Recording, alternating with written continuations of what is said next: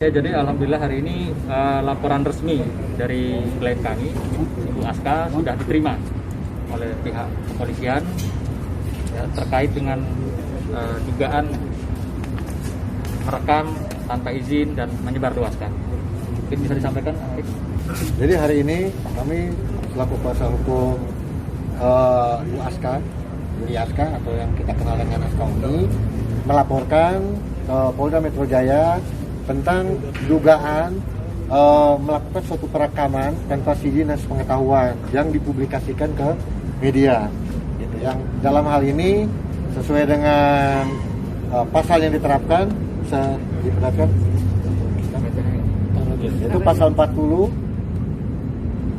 Undang-Undang 36 tahun 99 tentang telekomunikasi dan pasal 31 Undang-Undang ITE. Gitu, yang mana pasal 40 itu ancamannya itu 15 tahun.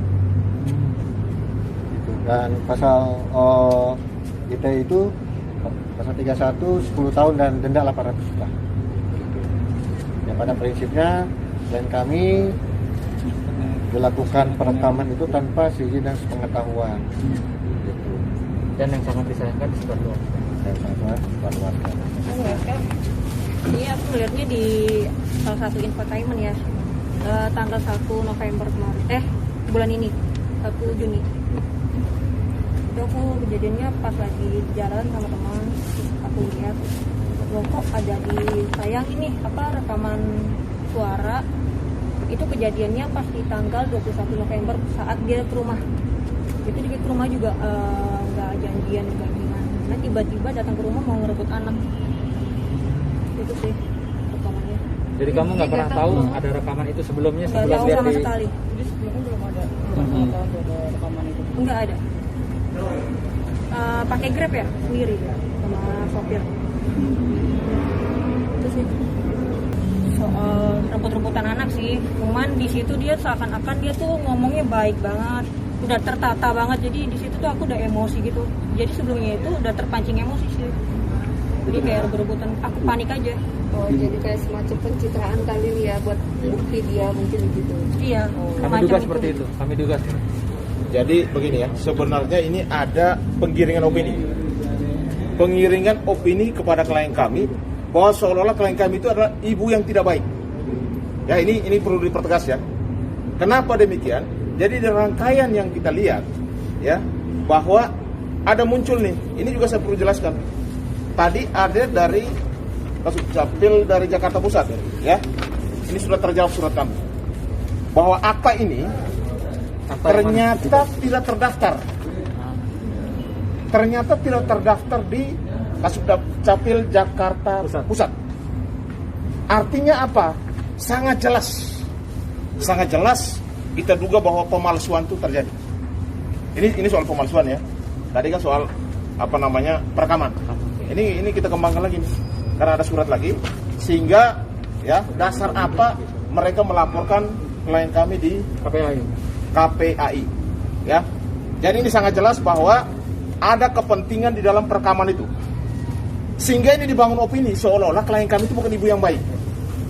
Ingat ya, kalau memang saudara mau lihat bagaimana perkembangan anak, silakan lihat IG-nya klien kita. Instagramnya, apakah anak dalam keadaan tidak happy atau terlantar dan lain sebagainya. Kalau saya mau sampaikan bahwa soal perekaman ini juga, ini pasti ada kepentingannya. Ya, Anda seharusnya harus baca dulu ya, sebagai kuasa hukum harus paham. Ya, karena undang-undang telekomunikasi sangat jelas. Hanya untuk penegakan hukum aja orang atau lembaga yang ditunjuk oleh undang-undang merekam. Tidak semua orang untuk melakukan perekaman terhadap siapapun dan untuk kepentingan apapun. Dilarang.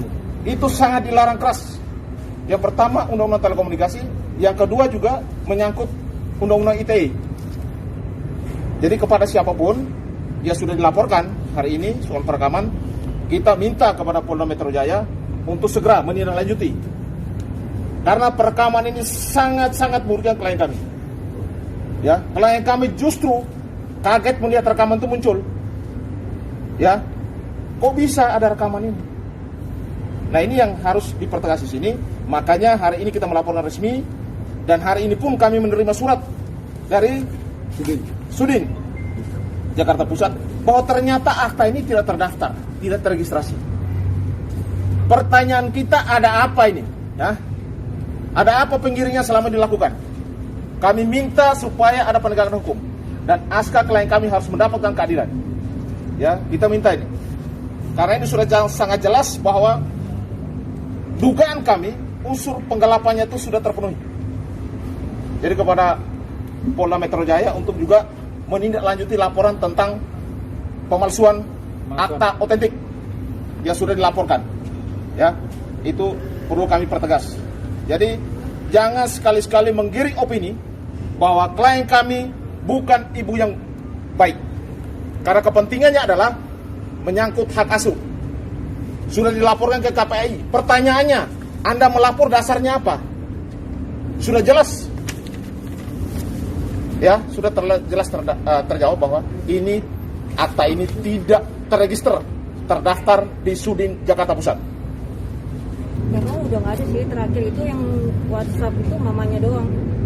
Terakhir itu. Habis itu aku langsung blok WhatsAppnya kan. Tentang alasannya apa isinya? WhatsAppnya isinya bilang aku bawa lari anak gitu. Pencuri anak. Sama dia ngancem mau ngelapor kerajaan Indonesia gitu. Nah, ini juga nggak benar ini. Orang ini ibu kandungnya, masa dibilang melarikan? Iya. Anak. Ada istilah penculikan, orang ini ibu kandung. Apapun itu.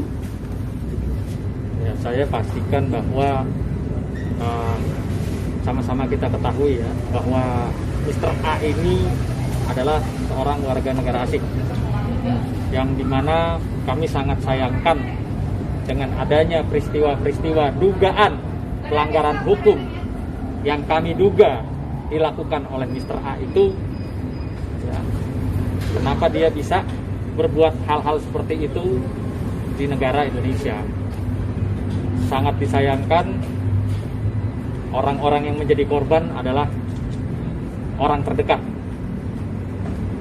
yaitu istri ya, klien kami, di mana yang sebenarnya seharusnya seorang suami itu ya melindungi istrinya. Maka dalam proses ini juga kami sedang mengkaji beberapa alat-alat bukti yang bisa saja kami jadikan menjadi laporan polisi berikutnya. Laporan polisi berikutnya. Sehingga memang betul-betul seperti pada saat ini, di mana sudah berjalan proses laporan polisi dan penyidikan terkait dengan dugaan pemalsuan dokumen otentik, sudah terjawab